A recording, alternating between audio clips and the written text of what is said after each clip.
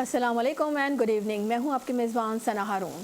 नाज़रीन, आज बात करेंगे कुछ मुल्क में जारी सियासी, आइनी और माशी बहरान के हवाले से कि माशी तौर पे इस वक्त मुल्क जिस बहरान का शिकार है उस हवाले से बात करेंगे। कराची की टूटी सड़कें हैं, आवाम का बढ़ता गुस्सा है। खैबर पख्तूनख्वा की अगर बात करें तो वहाँ पर सियासी हलचल जो है वो देखने में आ रही है। गंडापुर की बहाली की अदालती जंग, 18वीं तरमीम पर नई सफ़बंदियाँ, अपोजिशन के एहतजाज और हुकूमत के दावे। लेकिन सवाल वही है कि क्या इस सियासी शोर में अवाम कहीं खो तो नहीं गए। एक तरफ हम देख रहे हैं कि वज़ीर आला सिंध ने कराची को 90 दिन में बहाल करने का अल्टीमेटम दे दिया है। उन्होंने कहा है कि दूसरी जानिब हम ये भी देख रहे हैं कि मुल्क आइनी, सियासी और माशी बहरानों के भंवर में फंसता दिखाई दे रहा है और अपोजिशन जो है वो सड़कों पर आने को तैयारी कर रही है। मगर अवाम ये पूछ रहे हैं कि महंगाई, बिजली, गैस और बेरोज़गारी का जो हल है वो आखिर कब निकलेगा। क्या सियासत सिर्फ इख्तिदार की जंग बन चुकी है? क्या अपोजिशन वाकई अवाम की आवाज़ है या सिर्फ एक शख्सियत के गिर्द घूमती सियासत? और क्या हुकूमत बहरानों से निमटने में संजीदा है या सिर्फ बयानात तक महदूद है? आज इन्हीं सवालात के साथ करेंगे बड़ा और दो टोक तजिया, क्योंकि पाकिस्तान में सिर्फ सियासी नारों से नहीं, अब फैसलों से जो है वो पाकिस्तान चलेगा। और लोगों का भी एक ही सवाल है कि आखिर आवाम के लिए रिलीफ कब होगा। इसी वाले से बात करेंगे। हमें ज्वाइन किया है पीपल्स पार्टी से, हमें ज्वाइन कर रहे हैं सोराब सरकी साहब। सर अस्सलाम वालेकुम, बहुत शुक्रिया आपका और आपके कीमती वक्त का। वेलकम कहेंगे आपको शो में। और साथ ही साथ हमें ज्वाइन कर रहे हैं अज़हर सिद्दीक साहब, पीटीआई से हमें ज्वाइन करेंगे। फ़हीम सिद्दीकी जो है वो सीनियर जर्नलिस्ट है, कुछ ही देर में वो भी हमें ज्वाइन करेंगे। और एमएनए हैं पीएमएलएन से राजा अंसारी साहब। सर आपका भी बहुत शुक्रिया, आपको वेलकम कहेंगे शो में। राजा अंसारी साहब, आपसे गुफ्तगू का आगाज़ कर लेते हैं, क्योंकि सर आप लोग बार बार ये कहते हैं कि मईशत संभल रही है और लेकिन आवाम जो है आज भी महंगी बिजली ख़रीद रहे हैं, महंगा पेट्रोल और टैक्सों के बोझ तले दबे हुए हैं। ज़िंदगी गुजारना काफ़ी मुश्किल होता जा रहा है आम आदमी का। अगर यही माशी इस्तेहकाम है तो फिर आम आदमी को रिलीफ आखिर कब और कैसे मिलेगा सर?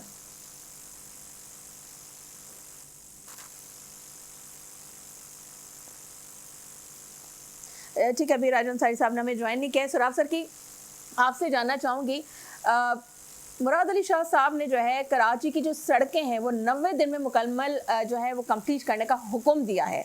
लेकिन बात फिर वही है कि जो पिछले कई सालों से कराची के अवाम जो है वो अजियत क्यों बर्दाश्त कर रहे हैं? क्या सिर्फ डेडलाइन देने से मसाइल आपकी नज़र में हल हो जाएंगे? क्योंकि ये डेडलाइंस तो काफ़ी दफ़ा दे दी गई हैं। 90 दिन का टाइम दिया गया और कभी 2 महीने का टाइम दिया गया, कभी 6 महीने का, वक्तन फ़वक्तन टाइम फ्रेम देते रहे हैं, लेकिन उसकी तकमील का मराहिल जो है वो नहीं देखने में आ रहा। तो इस दफ़ा भी जो अल्टीमेटम मिला है तो क्या वाक़तन 90 दिन में सड़कें कराची की बड़ी ज़बरदस्त तरीके से बन जाएंगी?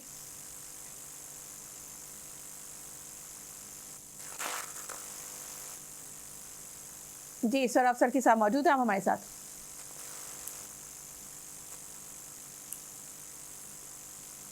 सर आप सब की साहब, आपको मेरी आवाज़ आ रही है? आवाज़ आ रही है? जी सर, आप सर की साहब। नहीं समझा मैं। सर आपकी आवाज़ क्लियर नहीं आ रही है तो आपको दोबारा कनेक्ट करते हैं। सर आपको दोबारा कॉल करना है। राजन सारी साहब मौजूद हमारे साथ अगर आप, तो सर आप ये कहिएगा कि महंगाई का जो तूफ़ान है वो थमने नहीं पा रहा है और मईशत आप लोग कहते हैं कि संभल रही है और आप लोग ये दावे भी कर रहे हैं कि जी बिज़नेस भी आ रहा है, लेकिन आपकी जो मुखालिफ पार्टीज़ हैं वो इससे इख्तलाफ करती हैं। वो कह रही हैं ऐसा कुछ नहीं है, कोई बिज़नेस नहीं आ रहा पाकिस्तान के अंदर। आवाम जो है महंगी बिजली, पेट्रोल वगैरह ख़रीदने पर मजबूर हैं। लोगों की ज़िंदगी सर गुजारना बड़ा मुश्किल होता जा रहा है। तो अगर जो है आप समझते हैं कि यही माशी इस्तेहकाम है तो आखिर आवाम के लिए रिलीफ कब और कैसे होगा? देखिए, मुखालिफिन तो पाकिस्तान तोड़ने की बात भी कर रहे हैं। मुखालिफिन ने तो आपने देखा अभी चंद दिन पहले जिस तरह उन्होंने पाकिस्तान के खिलाफ जो कुछ हर्जा सराई की जिस तरह बोले हैं वो भी कौम देख रही है। तो इसलिए मुखालिफिन को हम जवाब नहीं देंगे। हाँ, अलबत्ता हम कौम को जवाब दें। और ये कौम जानती है कि 2016 में अल्हम्दुलिल्लाह हम ही वो चेहरे थे। पीएमएलएन की ही गवर्नमेंट ने आईएमएफ को खैरबाद कह दिया, गुड बाय कह दिया, खत्म हो गया आईएमएफ का प्रोग्राम, उससे हम निकल आए, हम अपने पांव पे खड़े हो गए 2016 में। फिर एडवेंचरिस्ट आए, फिर खान को अपने कंधों पे चढ़ा के आए, फिर एक बढ़ती हुई फलती फूलती जो हुकूमत थी, फलता फूलता पाकिस्तान था, उसे जो है वो रोक दिया गया। बेटे से तनख्वाह ना लेने के जुर्म में मियां नवाज शरीफ को नाअहल कर दिया गया। तो उसकी कीमत तो फिर पाकिस्तान ने अदा करनी थी ना। वो आज तक कौम उसको उस कीमत को अदा कर रही है। लेकिन फिर हम ही चेहरे हैं जो दोबारा से जब इक़्तिदार में आए तो फिर एक तरक्की का सफर शुरू किया, गिरती हुई मईशत को संभाला दिया। चंद घंटे के मुफासले पे था पाकिस्तान डिफॉल्ट बनने के। खुद ये कह के गए कि श्रीलंका बन जाएगा, इथियोपिया बन जाएगा, डिफॉल्ट हो जाएगा। चंद घंटे पे जो मुल्क जो है वो डिफॉल्ट होने के दहाने पे था, उसे मियां शहबाज शरीफ के वीएन ने, उनकी अनथक मेहनत ने, दिन रात की मेहनत ने, उनकी टीम की मेहनत ने डिफॉल्ट होने से बचाया और गिरती हुई मईशत को फिर संभाला दिया। तमाम इंडिकेटर्स जो नीचे की तरफ जा रहे थे उनकी एक सिमत का तयन किया। फिर आपने देखा कि क्या हुआ। फिर इंडिया ने हमें ललकारा। अफगानिस्तान के बॉर्डर की सूरत हाल आपके सामने थी, खित्ते में जंग लग गई, ईरान, अमेरिका, इसराइल वॉर शुरू हो गया। इन तमाम जो चैलेंजेस थे उसमें भी पाकिस्तान का किरदार मैं समझता हूं कि दीदनी था। दुनिया मुतरफ हुई पाकिस्तान के किरदार की। हमारी जो एटमी कुव्वत जो हमने मुल्क को बनाया, अल्हम्दुलिल्लाह पीएमएलएन ने उसका ऐलान किया, मियां नवाज शरीफ साहब ने डिक्लेयर किया इस मुल्क को एटमी कुव्वत। और फिर आपने देखा कि उस एटमी कुव्वत को हमने पूरी दुनिया में अमन के लिए इस्तेमाल किया। तो वो जो जितनी भी कोशिशें और मेहनतें थी, इंशाल्लाह जैसे ही हालात बेहतर होते हैं, खित्ते के हालात बेहतर होते हैं, हम एक बार फिर अपनी गिरती हुई इस मईशत को, इस महंगाई के बढ़ते हुए तूफान को, हम ही वो चेहरे हैं जो इंशाल्लाह इसको फिर रोकेंगे और एक खुशहाली की तरफ पाकिस्तान को लेके जाएंगे। ये हम ही हैं इंशाल्लाह, और हमने ही करके दिखाना है। तरक्की भी हमारे ही दौरों में हुई। आपने देखा जितने भी अदवार हमारे आए उसमें हमने तरक्की की, जितने भी मंसूबे लगे, मेगा प्रोजेक्ट्स लगे, उस पे किसकी तख्तियां लगी हुई हैं? मियां मोहम्मद नवाज शरीफ, मियां मोहम्मद शहबाज शरीफ, मरियम नवाज शरीफ, यही तख्तियां लगी हुई हैं। कोई और दिखाए ना, कोई और दावा तो करे कि कोई एक मोटरवे उन्होंने बनाया हो, कोई एक बिजली घर बनाया हो, कोई एक मेगा प्रोजेक्ट बनाया हो, पता तो चले। सब बनाया तो किसने बनाया? पीएमएलएन की गवर्नमेंट ने बनाया। सीपैक कौन लेके आया? नवाज शरीफ लेके आया। एफ थंडर तैयारे कौन लेके आया? नवाज शरीफ लेके आया। एटमी कुव्वत मुल्क को किसने बनाया? नवाज शरीफ ने बनाया। इसी तरह इस मुल्क को जो इसकी फॉरेन पॉलिसी थी, तारीख के बुलंद तरीन मकाम पर कौन ले गया? मियां मोहम्मद शहबाज शरीफ और उसकी टीम, उसकी काबीना और फील्ड मार्शल जनरल हाफिज मुनीर। तो अल्लाह ने जिनकी मैं समझता हूं कि नसीब में इतनी रेस्पेक्ट और इतनी शानदार जो है वो फतुहात लिख दी हैं, तो कोई कितना भी हसद करे वो हमसे ये चीजें छीन नहीं सकता। ठीक है, सराफ सर के साथ मौजूद है आप हमारे साथ। तो सर ये बताइएगा कि मुराद अली शाह साहब ने कराची की सड़कों को 90 दिन का टाइम दिया है आपके लोगों को कि जी 90 दिन के अंदर कराची की तमाम सड़कें बन जानी चाहिए। ये इस तरह के जो अल्टीमेटम्स हमने माजी में भी देखा है कि 90 दिन का टाइम दिया गया, महीनों का टाइम दिया गया, 6 महीनों का टाइम दिया गया, लेकिन उस बदस्तूर जो है हालात जो है वो आवाम के सामने, आपके सामने। तो सर जो इस वक्त 90 दिन का टाइम दिया गया, तो वाक़तन क्या हम देख रहे हैं कि 90 दिन के बाद कराची की सड़कें जो है वो बड़ी ज़बरदस्त हो जाएंगी? और जो आपकी पार्टी ये दावा करती नज़र आती है कि जी कराची जो है वो पेरिस है, तो क्या वाकई कराची पेरिस बन जाएगा 90 दिन बाद?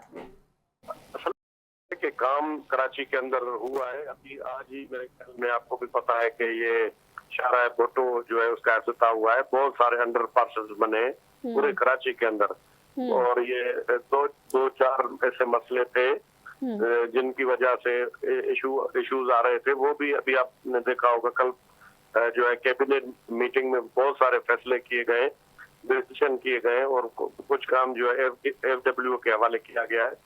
और उसमें कोई शक नहीं कि थोड़ी ताखीर हुई है। इंशाल्लाह ताला कराची बेहतर हो जाएगा जिस तरह चीफ मिनिस्टर कह रहे हैं। और काफी आपको भी मालूम है कि 75 साल तक जो है यहाँ पर कभी हमारी मकामी हुकूमत नहीं रही। तरक्की का जो जिम्मेवार होता है, तरक्की शेयर करता है, वो जो मकामी हुकूमत मेयर होते हैं वो करवाते हैं। उनको ठीक है फेडरल गवर्नमेंट हुकूमत देती है फंड या प्रोविंशियल गवर्नमेंट फंड देती है, लेकिन जिम्मेदारी सारी मेयर की होती है। तो हमें अभी मौका मिला है, तो आप को तब्दीली कराची में नजर आ रही भी होगी। और इंशाल्लाह ताला जिस तरह चीफ मिनिस्टर कह रहे हैं, आइंदा भी 3-4 माह में और आपको बेहतरी नजर आएगी। और पूरा फोकस किया हुआ है कराची को।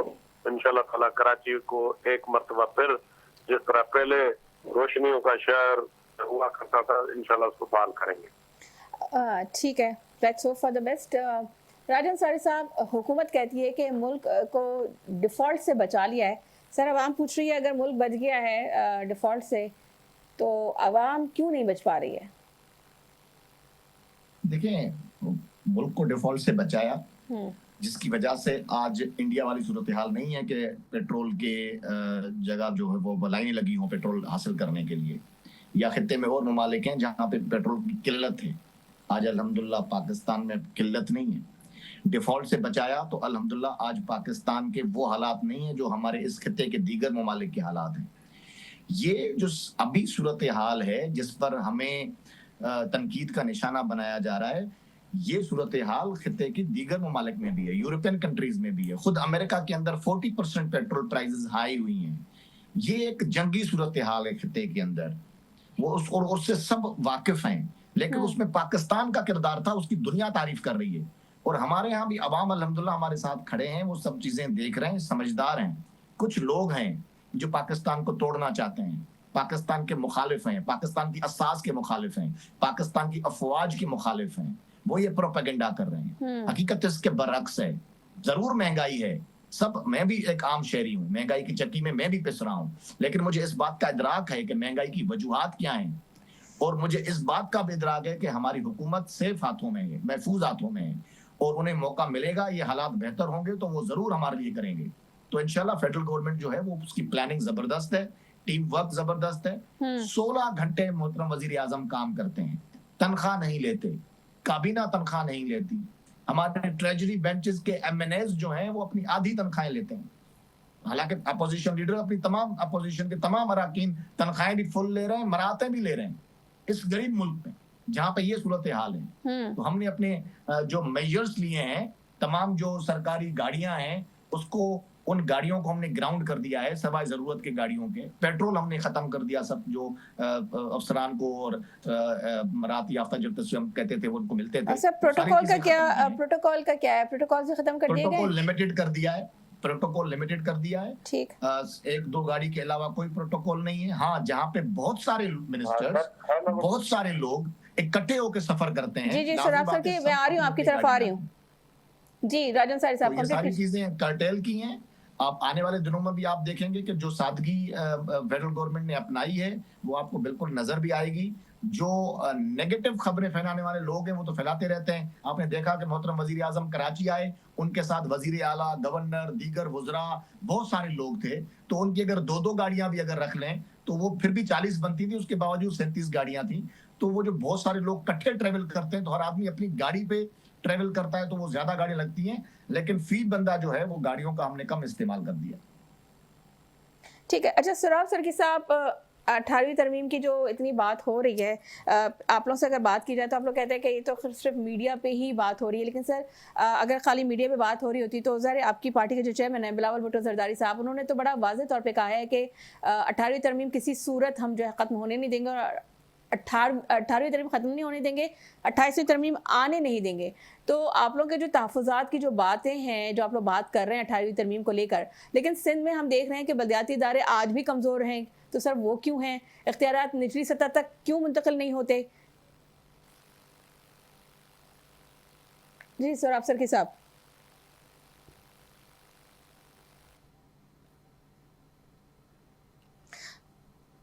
ठीक है नाज़रीन, यहाँ लेंगे एक ब्रेक से वापस आएंगे तो गुफ्तगू का सिलसिला यहीं से जोड़ेंगे। So let's take a short break.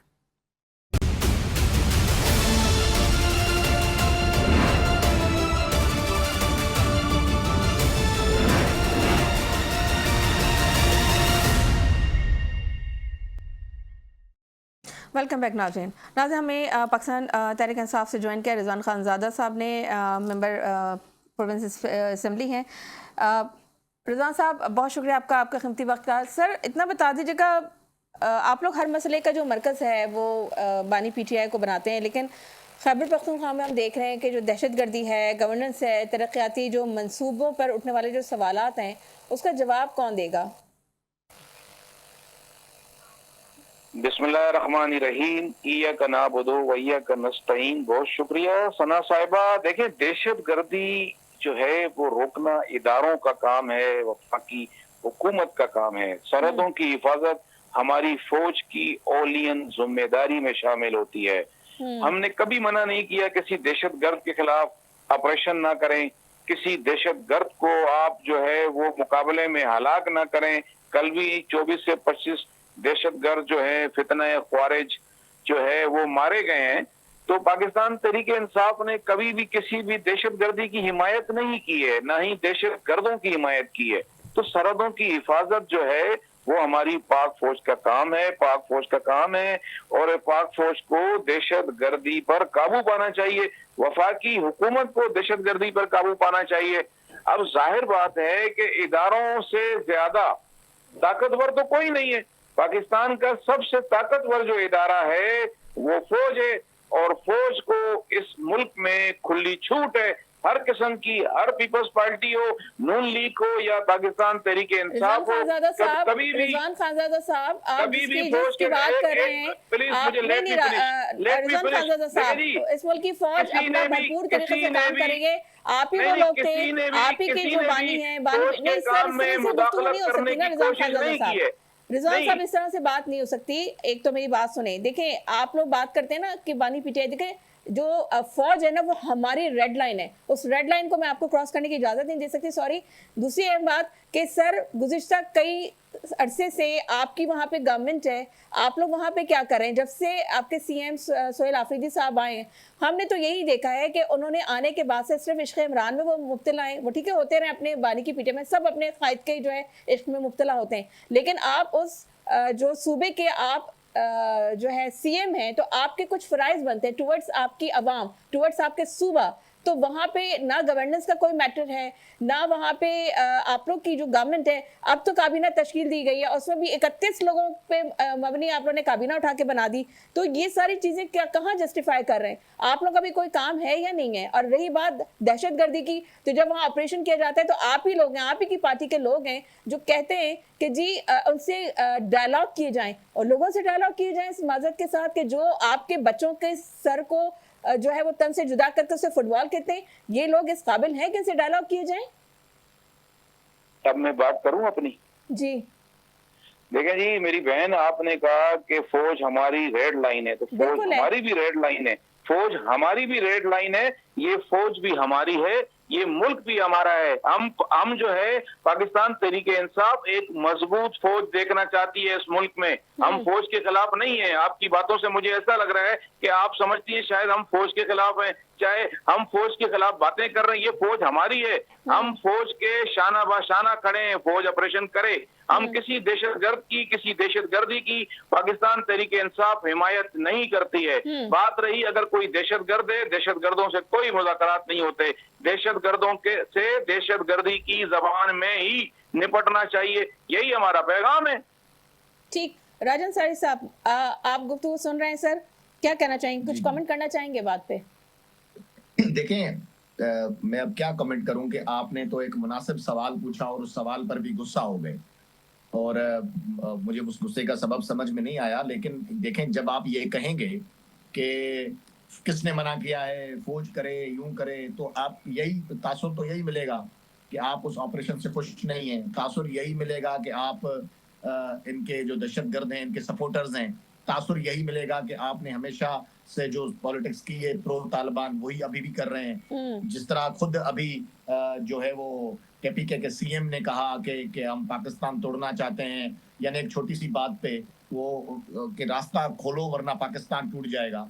इस तरह की बातें खुद खान की बहनें जो इंडिया टुडे पे उन्होंने इंटरव्यूज दिए, उसमें जिस तरह उन्होंने फौज के अपने आर्मी चीफ को जिस तरह ललकारा और उनको मलायन किया और धमकी दी कि हम जो हमारे साथ केपीके के अवाम है और हम पाकिस्तान को तोड़ देंगे।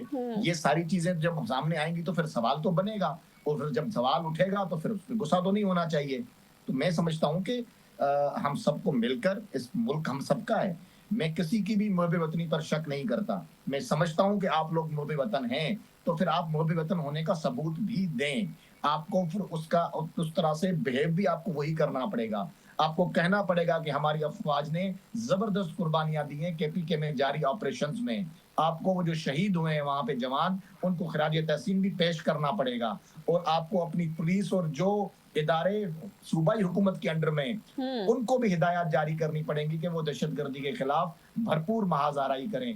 ऐसा नहीं हो सकता कि जो सूबाई पुलिस है वहां पे, उसको तो आप लेकर अपने साथ और इस्लामाबाद पे चढ़ाइयां करें, उसको सियासी मकासद के लिए इस्तेमाल करें, रिश्वत का बाजार आपके यहाँ सूबे में गर्म हो, आए दिन नए वुज़रा आप लेते रहें और आपकी सारी तवज्जो सिर्फ और सिर्फ आपकी और आपके काबीना की माल बनाने में हो, और फिर आप ये कहें कि जी फौज को किसने मना किया है, आए ना, ऑपरेशन करना उनका काम है, और आपकी तरफ से कोई कोऑपरेशन ना हो तो फिर सवाल उठेगा। और सना साहिबा, आपने बिल्कुल ठीक सवाल उठाया है, उस पर खानज़दा साहब को गुस्सा नहीं होना चाहिए था। रिजवान साहब, अली अमीन गंडापुर के इस्तीफे की बात फिर से उठ रही है और फिर बहाली की दरख्वास्त ने जो है कई सवालात खड़े कर दिए हैं। क्या पार्टी के अंदर फैसले आइन के मुताबिक होते हैं या सिर्फ एक शख्सियत की हिदायत पर होते हैं? देखिए सना साहब, अली अमीन गंडापुर साहब के इस्तीफे की क्या बात उठनी है।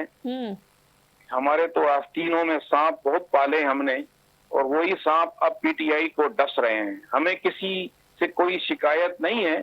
जो लोग पीटीआई को डसना चाहते हैं, पीटीआई के लोगों को दबाना चाहते हैं और पूरी की पूरी सियासत पीटीआई की दफन करना चाहते हैं, माइनस इमरान खान करना चाहते हैं, इंशाअल्लाह उनको नाकामी का मुंह देखना पड़ेगा। बाकी जहां तक बात रही हमारे अंदर इत्तेफाक है या नहीं है, हमारे अंदर आइन है या नहीं है, हमारी पार्टी में कानून है या नहीं है, मैं तो ये समझता हूं कि इस मुल्क से 73 का आइन भी खत्म कर दिया गया, इस मुल्क से इस वक्त कानून भी खत्म कर दिया गया, इस मुल्क से इंसाफ भी खत्म हो गया है। तो बाकी बचा क्या है? यहाँ पर हम अपने अंदर क्या तलाश करें? इस मुल्क में बचने के लिए, देखने के लिए कुछ छोड़ा है इन्होंने? रिजवान साहब, आपकी नजर में या आपकी पार्टी की नजर में इंसाफ की डेफिनेशन क्या है? कि अगर बानी पीटीआई से मुलाकातें करने दे दी जाएं तो वो इंसाफ होगा, अगर खान साहब को रिहा कर दिया जाए तो आप समझेंगे कि अदालतें अपना काम सही कर रहे हैं? आप लोगों की नज़र में डेफिनेशन क्या है? क्योंकि ये वही अदालतें हैं कि जब आप लोग हुकूमत में थे तो फिर वही सब कुछ आप लोगों के साथ अब हो रहा है। तो क्योंकि पीएमएलएन तो ये कहती है तो मुकाफात अमल है, तो क्या कहेंगे सर? देखिए जी, राजा अंसारी साहब बहुत अच्छे आदमी हैं और कानून को और आइन को, इंसानी हकूक को ये मुझसे बेहतर जानते हैं। बार एट लॉ किया हुआ है इन्होंने, लंदन से इन्होंने तालीम हासिल की है और इंग्लैंड का ही कानून हमारे मुल्क में चल रहा है। कहने को तो हम इस्लामी जमहूरिया पाकिस्तान जरूर हैं, लेकिन बरतानिया का कानून हमारे मुल्क में मौजूद है और उसी को हम चला रहे हैं। तो कम से कम उस बरतानिया के कानून को ही आप फॉलो कर लें। हम इंसाफ की डेफिनेशन इसको कहते हैं कि आइन और कानून के तहत चेयरमैन पीटीआई इमरान खान साहब की मुलाकातें कराई जाएं, जो आइन और कानून कहता है। हम ये कहते हैं कि इंसाफ और कानून के तहत अदालतों में उनके केस चलाए जाएं।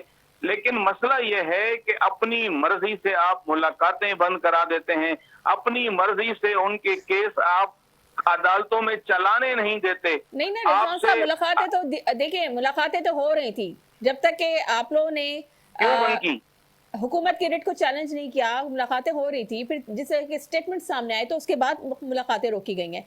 तो देखिए, जेल मैनुअल के मुताबिक आप देखिए जो बहनें, जो हमशीरा हैं, वो भी तो एक पॉलिटिक्स का हिस्सा बन गई, वो भी तो एक सियासत कर रही हैं। घर वालों को अगर अभी मैं राजा साहब की तरफ भी जाऊंगी, अगर उनको चले इजाजत दे भी जाती है कि बहनें जाके घर वाले मिलें, तो भाई घर वालों की तरह जाके मिलके फिर अपने घर चले जाएं। लेकिन वो जिस तरीके के फिर बयानात आ रहे होते हैं, फिर जिस तरह के प्रोपेगेंडा हो रहा होता है, तो ऑब्वियसली उसके बाद फिर आप लोगों की जो है मुलाकातें रोकी गई है ना। देखें सना साहिबा, सियासत और पॉलिटिक्स और पॉलिटिशियन की डेफिनेशन क्या होती है?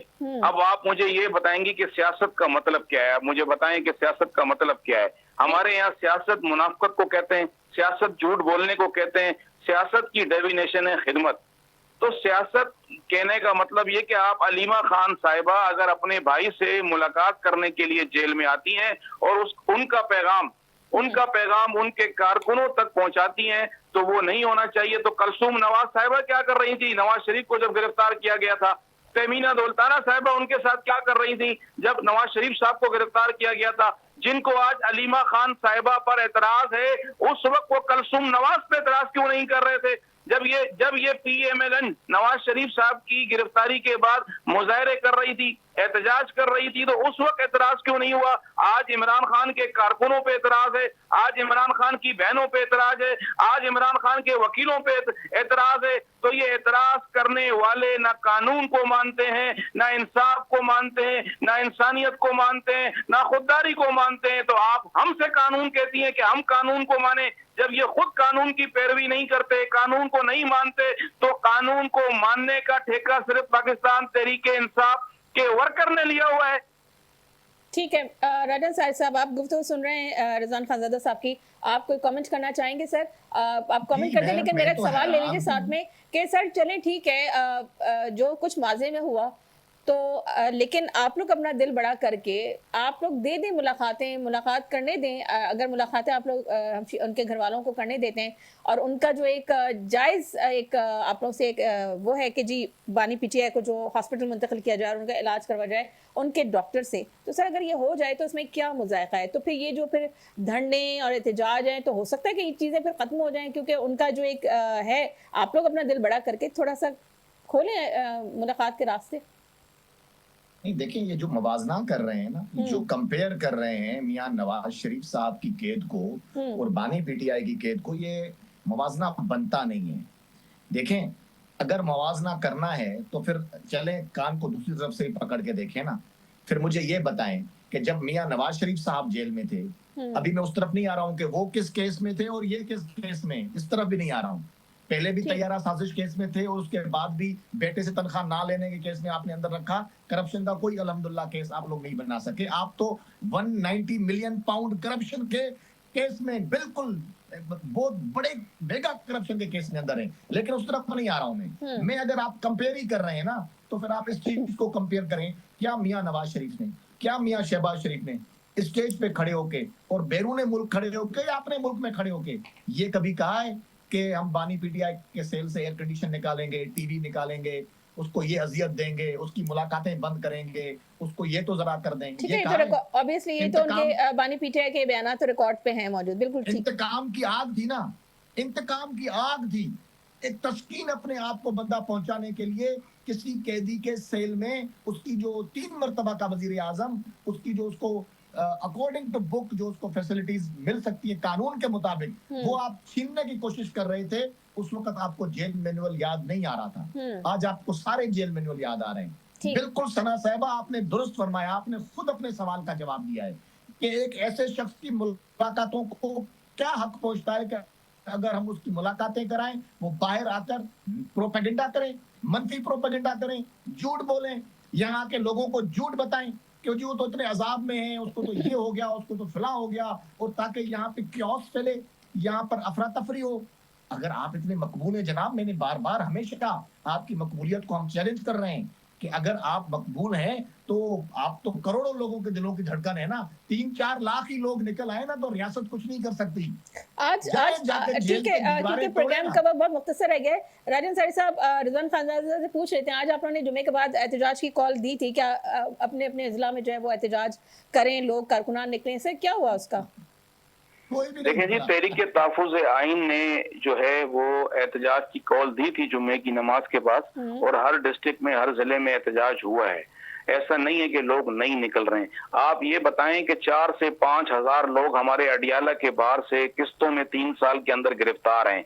हमारे लोगों को सजाएं दे दी हैं। ये हमारे लोगों के घरों पे छापे मारते हैं, किसी को बाहर नहीं आने देते हैं। आप अंदाजा लगाएं, फिर भी वर्कर बाहर आ रहा है, वर्कर निकल रहा है, वर्कर एहतजाज कर रहा है, वर्कर अडियाला पहुंच रहा है। हालत जंग है, हालत जंग नाफिज कर दी गई है पाकिस्तान तहरीक इंसाफ के ऊपर। ये मुल्क में जो है ये सिविल मार्शल है, जमहूरियत नहीं है। इस वक्त मुल्क में मार्शल लगा हुआ है। मुझे सिर्फ शॉर्टली बता दीजिएगा, अभी जो आप लोग अडियाला जेल पहुंचे तो आप लोगों को जो है एक ट्रैक बताया गया था कि आपने इस रास्ते से जाना है।